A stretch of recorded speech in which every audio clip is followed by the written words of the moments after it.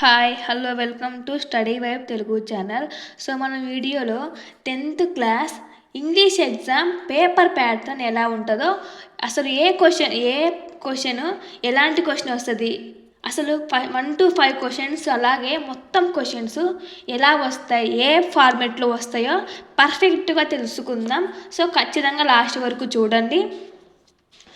ఇది 10th class AP కాబట్టి మీరు ఫస్ట్ పబ్లిక్ ఎగ్జామ్ కాబట్టి పర్ఫెక్ట్గా రాయడానికి ఫస్ట్ చూద్దాం. So first 1 to 5 questions, A comprehension passage from any prose lesson in the text book with 2 HH questions and 3 MCQs. అంటే దీంట్లో 2 ప్యాసేజ్ సంబంధించి క్వశ్చన్స్ వస్తాయి, 3 మల్టిప్లై చాయిస్ వచ్చింది. సో 1 to 5 క్వశ్చన్స్ అలా వస్తాయి. మీరు ప్రతి లెసను పర్ఫెక్ట్గా, కనీసం ప్రతి యూనిట్లో ఒక 3 లెసన్స్ అయినా మీకు నచ్చిన లెసన్స్ పూర్తిగా చదివి వాటి యొక్క సినోనిమ్స్, వాటి యొక్క యాంటనిమ్స్, రైమింగ్ వర్డ్స్ అన్నీ గుర్తుపెట్టుకుంటే ప్యాసేజ్ క్వశ్చన్స్కి ఉపయోగపడుతుంది, సినోనిమ్స్ యాంటనిమ్స్కి కూడా ఉపయోగపడుతుంది. సో మీరు టెక్స్ట్ బుక్ ఉన్న లెసన్స్ నేమ్స్, అవి ఎవరు పొయిట్రీ ఎవరు, అలాగే దాంట్లో సినోనిమ్స్, యాంటనిమ్స్ అవన్నీ కొంచెం స్పెల్లింగ్ వర్డ్స్ అవన్నీ బాగా చూసుకోండి. మీరు ఖచ్చితంగా మార్క్స్ గెయిన్ చేయగలరు. అలాగే 100 to 150 వర్డ్స్ వస్తాయి. అవన్నీ పెద్ద పెద్ద వర్డ్స్కి సినోనిమ్స్, యాంటనిమ్స్ తెలుసుకోండి. Next question 6 to 10, a poem from comprehension in the text book with 2 HH questions and 3 MCQs. దీనికి కూడా 5 మార్క్స్ క్వశ్చన్స్ వస్తాయి. అక్కడ టైటిల్ కూడా మెన్షన్ చేస్తారు కింద, అది లెసన్ నేమ్, అది ఖచ్చితంగా గుర్తుంచుకోండి. ఇది కూడా సేమ్ 2 HH క్వశ్చన్స్ 3 MCQs ఫామ్లో వస్తుంది. Next question 11 to 15, A comprehension passage from any lesson limit 100 to 120 words. ఇది కూడా అంతే, 5 మార్క్స్ గెయిన్ చేయొచ్చు. సేమ్ అలానే దీంట్లో 5 MCQs వస్తాయి. దీంట్లో 2 HH క్వశ్చన్స్ 3 MCQs వస్తాయి. అసలు ఫస్ట్ రీడింగ్ కాంప్రహెన్షన్ నుంచి 30 మార్క్స్ ఈజీగా గెయిన్ చేయొచ్చు. అది మాత్రం మార్క్స్ పోగొట్టుకోమాకండి. మీకు ఆ క్వశ్చన్కి అర్థం కాకుండా ఫస్ట్ రోమన్ వేసి వరుసగా రాసి మీకు వచ్చిన ఆన్సర్ రాసి మిగతావి రానప్పుడు వదిలేయండి. అంతా అయిపోయినాక మళ్ళీ ఒకసారి ఆ క్వశ్చన్ని చూసి మీకు వచ్చిన ఆన్సర్ని పెట్టేయండి, అంతేగాని అసలు రాయకుండా ఉండొద్దు. నెక్స్ట్ క్వశ్చన్ 16, ఇది కూడా టేబుల్ ఫామ్లో వస్తుంది. Pie chart, bar chart, tree diagram రావచ్చు. దీంట్లో 5 మార్క్స్ గెయిన్ చేయొచ్చు. 2 HH questions, 2 MCQs, choose the correct statement. So ఇవి ఖచ్చితంగా వస్తాయి. పర్ఫెక్ట్గా తెలుసుకొని చేయండి. ప్రతి లెసను పోకుండా సినోనిమ్స్, యాంటనిమ్స్ రాయండి. దీంట్లో నుంచి మనం ఒకటి గుర్తుపెట్టుకోవాల్సింది, flow chart and bar graph with curved lines are not included in the syllabus. Do not ask questions based on flow chart on the graph on the curved lines నుంచి flow chart నుంచి syllabus నుంచి తీసేశారు. So వాటి నుంచి రావు. మీరు only నేర్చుకోవాల్సింది pie chart, bar chart, tabular, tree diagram. Next question 17, reading the story incident on the synthetic event arranging the jumble sentence A meaningful order. తప్పుగా ఇస్తే మనం మీనింగ్ఫుల్ ఆర్డర్లో రాయాలి. దానికి కూడా 5 మార్క్స్ ఉంటాయి.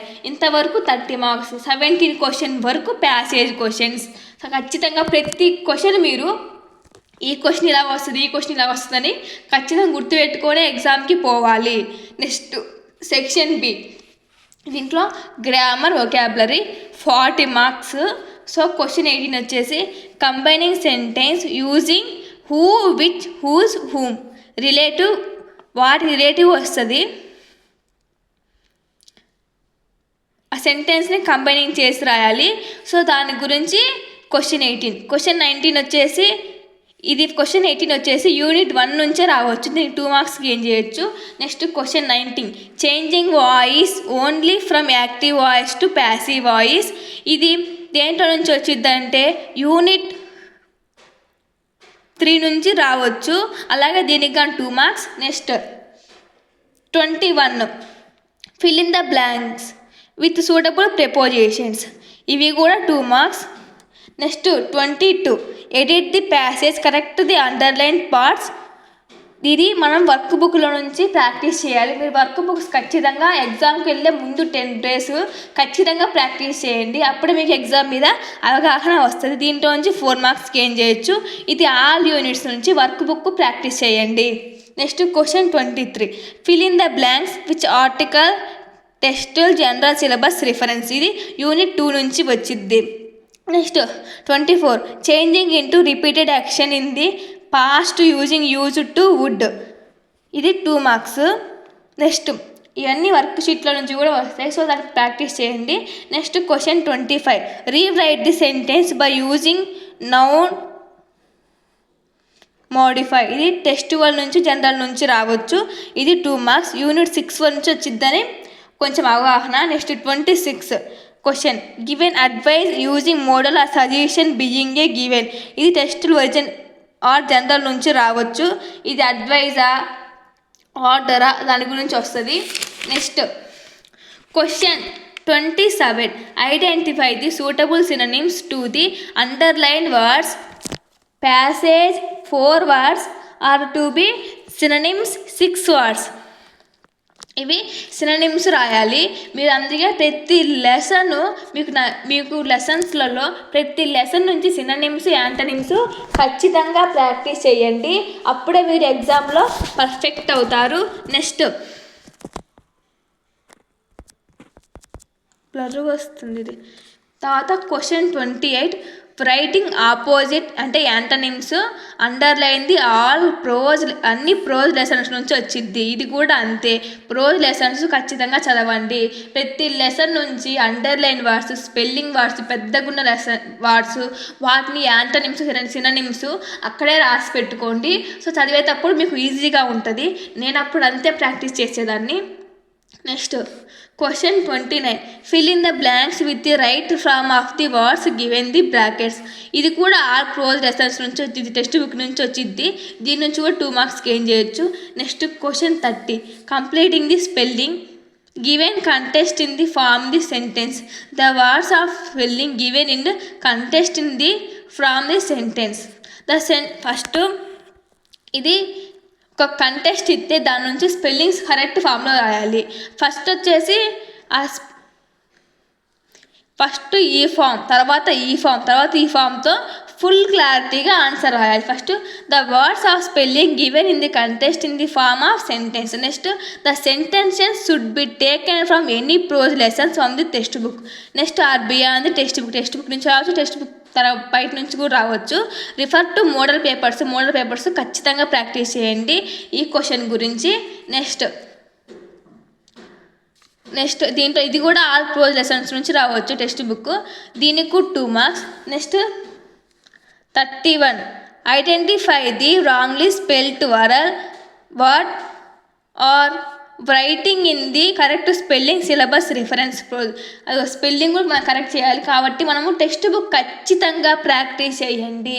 ప్రతి లెసన్ నుంచి స్పెల్లింగ్స్, సినోనిమ్స్, యాంటనిమ్స్ అన్నీ అండర్లైన్ చేసుకొని పెన్సిల్తో రాసి పెట్టుకోండి. రోజు ఖచ్చితంగా చూడండి.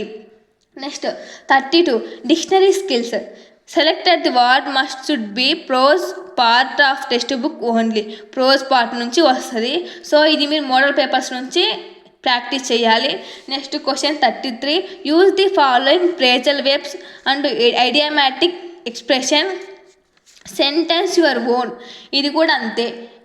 ఇది సిలబస్ వచ్చేసి యూనిట్ 2, 3, 4 నుంచి రావచ్చు. నెక్స్ట్ 34 క్వశ్చన్ మ్యాచింగ్ సెంటెన్స్ వచ్చేసి యూనిట్ 3 and 4 నుంచి రావచ్చు. దీనికి 4 into half వచ్చేసి 2 మార్క్స్ వస్తాయి. నెక్స్ట్ సెక్షన్ సి వచ్చేసి 30 మార్క్స్. ఇది ఫస్ట్ 35లో 2 ఆప్షన్స్ ఉంటాయి, ప్రతి దాంట్లో ఆప్షన్ ఉంటాయి. సెక్షన్ సి వచ్చేసి ఏ వచ్చేసి conversation based all lessons in the prose in text book. దీని 10 మార్క్స్ వస్తాయి. అలాగే డైరీ ఎంట్రీ ఇది రాయొచ్చు లేదా ఇది రాయొచ్చు. మీరు ఆప్షన్ అసలు చదవలేము అనుకున్న వాళ్ళు ఒకటి ఆప్షన్ పెట్టుకోండి, ఇంకోటి రాయండి. ఇది advocate input should be given to a scope to student to use their knowledge related to lessons and answering questions. మీరు సొంతంగా రాయొచ్చు కాబట్టి మీరు అసలు మాత్రం వదలమాకండి, మీకు వచ్చిన ఫార్మేట్లో రాసేయండి. Next 36 question. ఏ వచ్చేసి లెటరు, ఫార్మ్ అండ్ ఇన్ఫార్మర్, రెండోది వచ్చేసి స్క్రిప్ట్, స్పీచ్. ఈ రెండిట్లో ఒకటి రాయొచ్చు. మీరు ప్రతి దాంట్లో కూడా అసలు చదవలేమనుకున్న ఒక పార్ట్నే పర్ఫెక్ట్గా నేర్చుకోండి. ఇది టెక్స్ట్ బుక్ నుంచే వచ్చింది. Next 37 question. డిస్క్రిప్షన్ రావచ్చు లేదా ఇన్ఫర్మేషన్ రావచ్చు. ఈ రెండిట్లో ఏదో ఒకటి రాయాలి. దీంట్లో మొత్తం ప్రతిదానికి 10 మార్క్స్ 30 మార్క్స్ గెయిన్ చేయొచ్చు. సో ఖచ్చితంగా మీరు టెక్స్ట్ బుక్ని ఫాలో అవ్వండి, టెక్స్ట్ బుక్ని బట్టి చేయండి. అలాగే కాకుండా మోడల్ మొత్తం ప్రిపేర్ అయ్యి లెసన్స్ మొత్తం అప్పుడు మోడల్ పేపర్స్లోకి వెళ్ళి అప్పుడు అవి ప్రాక్టీస్ చేస్తే మీకు అవగాహన వస్తుంది.